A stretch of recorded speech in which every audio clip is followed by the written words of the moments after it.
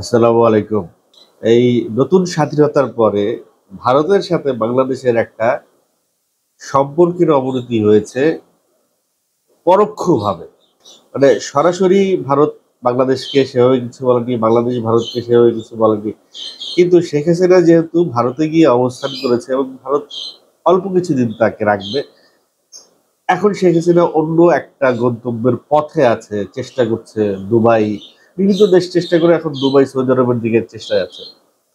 তো এরকম একটা পর্যায়ে আসলে বাংলাদেশ এবং ভারতের চলচ্চিত্র বিষয়ে কিছু এই পার ওপারের কিছু কাজ হওয়ার কথা ছিল। তো সেই এই পার ওপারের কাজের মধ্যে প্রথম যে কাজটি সেটি হচ্ছে চঞ্চল চৌধুরীর পদাতিক সিনেমাটা।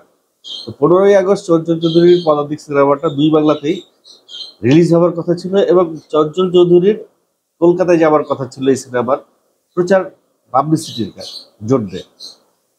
তো 6ই আগস্ট আমাদের রিয়াজ সাহেবকে এয়ারপোর্টে আটকে দেওয়া হয়, যেহেতু তিনি তার সাথে আওয়ামী লীগের একটা সংশ্লিষ্টতা ছিল, সে নিউ ইয়র্ক যেতে চাইছিল, কিন্তু এয়ারপোর্টে গিয়ে সেই এয়ারপোর্ট থেকে ফেরত আসে। এই প্রেক্ষিতে চঞ্চল চৌধুরী এখন কি অবস্থায়, সে কি এয়ারপোর্টে যাবে কি যাবে না, ইভেন এই পদাতিকের যে প্রয়োজক ফেরদৌসুল আলম, সেও কিন্তু নিশ্চিত না যে চঞ্চল চৌধুরী এয়ারপোর্টে যাইতে বা ওই পারে যাইতে পারবে কি পারবে না, যাবে কি যাবে না। এমতো অবস্থায় সে ধরেই নিছে যে চঞ্চল চৌধুরী ওইপারে যাইতে পারবে না এবং বাংলাদেশের যে পরিস্থিতি, এই পরিস্থিতিতে পদাতিক 15ই আগস্ট বাংলাদেশে রিলিজ করবে না। তবে 15ই আগস্ট কলকাতায় পদাতিকটা রিলিজ হবে, এটা নিশ্চিত। এদিকে চঞ্চল চৌধুরীকে নিয়ে একটা একটা নিউজ বের করেছিল বণিক বার্তা, যে শিল্পীরা রাজনৈতিকভাবে কোনো কিছুর সঙ্গে জড়িত নয়, এরকম একটা সংবাদ চঞ্চল চৌধুরীর একটা উক্তি কোট করে চঞ্চল চৌধুরীর একটা সংবাদ সোশ্যাল মিডিয়ায় দিয়েছিল। সেখানে যে কমেন্ট গুলো এসছে, সেই কমেন্ট দেখে বোঝা যায় যে সাধারণ মানুষের একটা ক্ষোভ আছে চঞ্চল চৌধুরীর উপর। সেই ক্ষোভটা এরকম যে চঞ্চল চৌধুরী শেখ হাসিনাকে গান শুনিয়েছে, শেখ হাসিনার বাড়ির সঙ্গে খাওয়া দাওয়া করেছে, তার পাশে গেছে, তার সঙ্গে উঠা বসা করেছে, শেখ হাসিনার রাজনীতিতে সে একটা সম্মতি প্রকাশ বা মৌন সম্মতি বা শেখ হাসিনার প্রশংসা করা, এই জাতীয় কর্মকাণ্ডে বা এই ছাত্র আন্দোলনের সময়ও চঞ্চল চৌধুরী কোনো প্রকার বক্তব্য না দেয়া, এই সমস্ত বিষয় নিয়ে চঞ্চল চৌধুরীর উপরে বাংলাদেশের ছাত্র সমাজে বিশেষ করে একটা ক্ষোভ জন্ম হয়েছে। সেই ক্ষোভের বহিঃপ্রকাশ থেকে যদি পদাতিক সিনেমাটা এই মুহূর্তে বাংলাদেশে রিলিজ হয়, কলকাতার প্রযোজক বুঝতেই পারছে যে বাংলাদেশে এই মুহূর্তে পদাতিক সিনেমাটা রিলিজ দিলে সেই আশানুরূপ ফল তো পাবেই না, বরং হিতে বিপরীত হতে পারে। অলরেডি চঞ্চল চৌধুরীকে নিয়ে বিভিন্ন প্রকার ট্রল শুরু হয়ে গেছে। বিভিন্ন সামাজিক যোগাযোগ মাধ্যমে চঞ্চল চৌধুরীকে কটাক্ষ করে অনেক কথাবার্তাও বলেছে। অনেকে বলছেন যে সে এখন কোথায় আত্মগোপনে আছে। আত্মগোপনের কথা যখন সামনে এলো, তখন আরো একটা সংবাদ বিভিন্ন জায়গায় আমার নজরে পড়েছে, সেটা হচ্ছে যে সবই কায়সার বা সবই কায়সারের মতো যারা ব্যবসায়ী শিল্পীরা ছিলেন, যারা শেখ হাসিনাকে তেলবাজি করে শেখ হাসিনার কাছ থেকে কাজ বাগিয়ে শেখ হাসিনার আশেপাশে ঘুরঘুর করতেন, সেই সমস্ত ব্যবসায়ীরা সবাই, শুধু শিল্পীরা না, সমস্ত ব্যবসায়ীরা, সবই কায়সার সহ, সবই কায়সারের মতো আরো অনেক ব্যবসায়ী আছেন, তারা আত্মগোপনে আছেন। তাদের টিকিটাও এখন খুঁজে পাওয়া যাচ্ছে না, তাদের কোনো ইনফরমেশন পাওয়া যাচ্ছে না, তারা এখন কে কোথায় আছেন, কোন অবস্থায় আছেন। তো মোটামুটি শেখ হাসিনার আশেপাশে যেই ধরনের যেসব শিল্পীরা ছিলেন, তারা কিন্তু মোটামুটি একটা তোপের মুখে আছে। এমন একটা জায়গায় তারা আছে, তারা কি সামনে আসবে কি আসবে না, আড়ালে থাকবে কতদিন, একটা অনিশ্চয়তার ভিতরে তারা দিনপাত করছে। এর মধ্যে সিয়াম আহমেদের কথা না বললেই নয়। সিয়াম আহমেদ একটি কথা বলছে যে শিল্পী হিসেবে সিয়াম আহমেদ একটি উক্তি করেছে শিল্পীদেরকে নিয়ে, সেটা হচ্ছে যে সাধারণ মানুষের জায়গা থেকে যতটা সহজ এই আন্দোলনে শরিক হওয়া ছিল বা এই বিষয়ে কথা বলা ছিল, ততটা সহজ ছিল না একজন শিল্পীর জায়গা থেকে।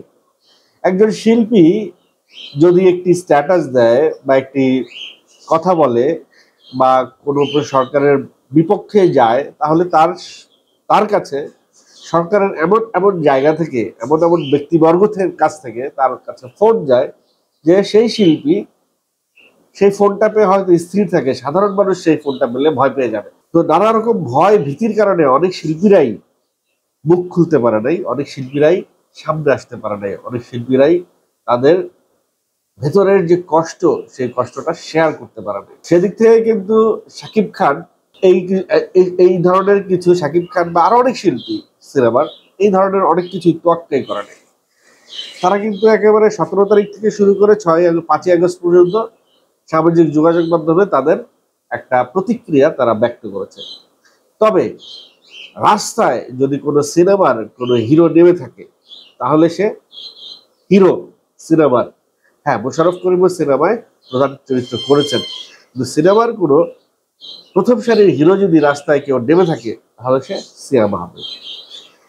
গত ছাত্র আন্দোলনে যেভাবে ক্যামেরার সামনে দাঁড়িয়ে সিয়াম আহমেদ বক্তৃতা দিয়েছে, তাতে সিয়াম আহমেদের প্রতি একটা আনুগত্য, একটা সম্প্রীতি, একটা ভালো লাগা, একটা অন্যরকম অনুভূতি তৈরি হয়েছে ছাত্র সমাজের বা এই জেনারেশনের।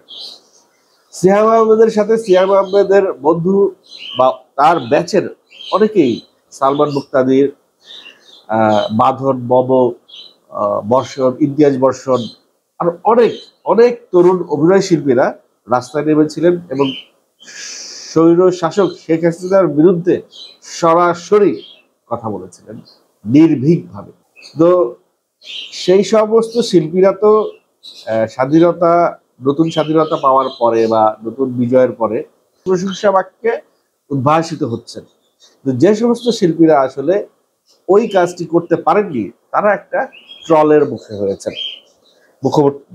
মুখোমুখি হয়েছেন। তো সিয়াম আহমেদের একটা দাবি, এই সমস্ত শিল্পীদের জন্য, সবার কাছে সিয়াম আহমেদের একটা প্রত্যাশা যে তারা যেন এই কাজটি না করেন, তারা যেন সবাইকেই স্বাগত জানান।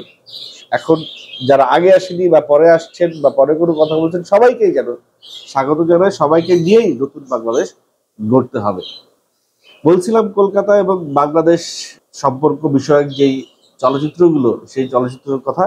সেখানে আমাদের ছোট পর্দার অপূর্ব, তার একটি সিনেমা কলকাতায় রিলিজ হওয়ার কথা ছিল, সেটা আগামী পূজায় বোধহয় রিলিজ হবে, এবং সেটা নিয়ে ওই যে প্রযোজক বলেছেন, চালচিত্র সিনেমাটার নাম, সেই সিনেমাটা নিয়েও একটা শঙ্কার মধ্যে আছে যে অপূর্বর এই সিনেমাটা ওইখানে কি ওই সময়, সঠিক সময় রিলিজ হবে কিনা। তো সেই প্রযোজক বলেছেন যেহেতু এটা পূজার আরো অনেক দেরি, সেটা নিয়ে আপাতত তারা ভাবছেন না, সম্ভবত সেটা সঠিক সময় রিলিজ হবে। এদিকে আমাদের তাসনিয়া ফারিন, আমি এর আগের একটা কন্টেন্টে বলেছিলাম যে দেবের সঙ্গে তার একটা সিনেমা হবে, অভিজিৎ সেন সেই সিনেমাটা পরিচালনা করবেন।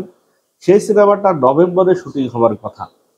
তো নভেম্বরে যদি শুটিং হয়, August, September, October, November, August মাস চলছে, সেপ্টেম্বর, অক্টোবর, আর 2 মাস সময় আছে। এই 2 মাস সময়ের মধ্যে ফারিন ওই পারে যাইতে পারবে কিনা বা শুটিং হবে কিনা, এটা নিয়ে একটা দোলাচলে তারা সবসময় থাকছে। এবং শেষ খবর পাওয়া পর্যন্ত ফারিনের সঙ্গে সেই ওপার বাংলার কর্তৃপক্ষের একটা নিয়মিত যোগাযোগ হচ্ছে। নিয়মিত যোগাযোগ হওয়াটা একটা সবুজ সংকেত, তার মানে হচ্ছে গিয়ে সিনেমাটা সময় মতো শুটিং হতে পারে।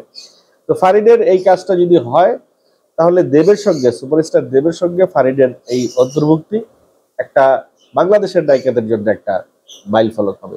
এদিকে আমাদের দিঘি, সে কিন্তু সিনেমাতে দারুণভাবে ব্যর্থ হওয়ার পরে সে ওটিটিতে নাম লিখেছিলেন। ওটিটিতে কিছু কাজ দিঘি করেছে, সেসব কাজ এখন আর মুক্তি দিয়ে একটা সংখ্যা তৈরি হয়ে গেছে, কবে রিলিজ হবে। ওটিটির কাজগুলো যদি দিঘিকে, তার যে একটা দুর্নাম তৈরি হয়েছে দিঘির অভিনয় নিয়ে, দিঘির কাজ নিয়ে, দিঘির প্রজেক্টগুলো নিয়ে, সেই প্রজেক্টগুলোর দুর্নাম যদি ওটিটির কাজ দিয়ে দিঘি না গুছাইতে পারে, এবং দিঘির সর্বশেষ যে কাজ জঙ্গলি সিনেমা আমাদের সঙ্গে, সেই জঙ্গলি সিনেমা রিলিজের পরে অথবা আরো একটি কাজ রনির 30, 24, 36 এরকম একটা নামে, সেই কাজটা আরো একটা সিনেমা, এই সিনেমাগুলো যদি, যেহেতু এই সিনেমাগুলা ভালো ব্যানারে তৈরি হচ্ছে, ভালো ডিরেক্টর দ্বারা নির্মিত হচ্ছে, এই সিনেমা এবং ওটিটির কাজগুলো নিয়ে যদি দিঘি না ফিরতে পারে যদি ক্যামেরা দর্শকদের মাঝে, তাহলে বোধহয় দিঘি হারিয়ে যাবে। দিঘি আর ভালোভাবে এই অভিনয় আর খুব একটা ফেরার সম্ভাবনা খুব কম, এভাবে পরপর যদি সে ফ্লপ হতে থাকে। এবার একটু আপনাদের সঙ্গে একটু বলিউডের খবর শেয়ার করতে চাই। সেখানে নয়নতারা, আপনারা জানেন, বলিউডে ঢুকছে শাহরুখ খানের হাত ধরে, কিন্তু সে বেসিক্যালি সালমান খানের ভক্ত। সে রিসেন্টলি ইনস্টাগ্রামে একটা পোস্ট দিছে সালমান খানের একটা সিনেমার স্টিল ছবি দিয়ে, সে একটা পোস্ট দিছে, সেখানে সে আবার লাভ রিয়াক্ট দিছে দুইটা, এবং তার প্রিয় সিনেমা সালমান খানের এই मैंने प्यार किया।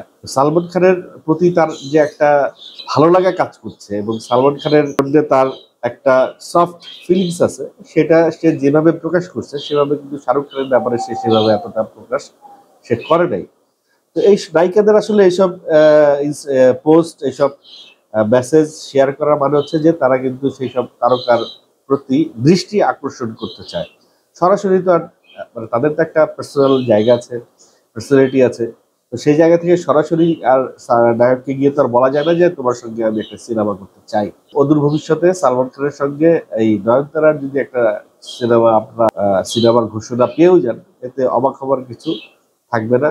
কারণ এই রিপিটেডলি নয়নতারা কিন্তু সালমান খানের প্রতি তার যে ভালো লাগা, তার যে ফিলিং, সে কিন্তু রিপিটেডলি প্রকাশ করছে তার সোশ্যাল হ্যান্ডেল। তো রাষ্ট্রের যখন সংস্কার চলছে, সব জায়গায় যখন পরিবর্তন চলছে, দলীয় পদবি থেকে যখন সব জায়গা থেকে সব বিভিন্ন কর্মচারীকে অপসারণ করা হচ্ছে, ঠিক ওই অপসারণ থেকে বাংলাদেশ ফিল্ম ডেভেলপমেন্ট কর্পোরেশন, সেখানের এই একটা পদের পরিবর্তন হয়েছে। সেখানে দিলীপ কুমার বণিক অতিরিক্ত সচিব, তিনি এই বিএফডিসির নতুন এমডি হিসেবে, নতুন পরিচালক হিসেবে যোগদান করেছেন নুজহাত ইয়াসমিনের পরিবর্তে। এই নুজহাত ইয়াসমিনকে নিয়ে কিন্তু এফডিসিতে 17 সংগঠন বিভিন্ন সময়ে বিভিন্ন আন্দোলন করেছে, তার দুর্নীতি, অনিয়ম, এগুলো নিয়ে তারা বিভিন্ন সময়ে সমাবেশ করেছে, বৈঠক করেছে। 30 জানুয়ারি এই এফডিসির, গত 30শে জানুয়ারি এফডিসির এমডির অপসারণ সহ 3 দফা একটা দাবি তারা জানাইছিল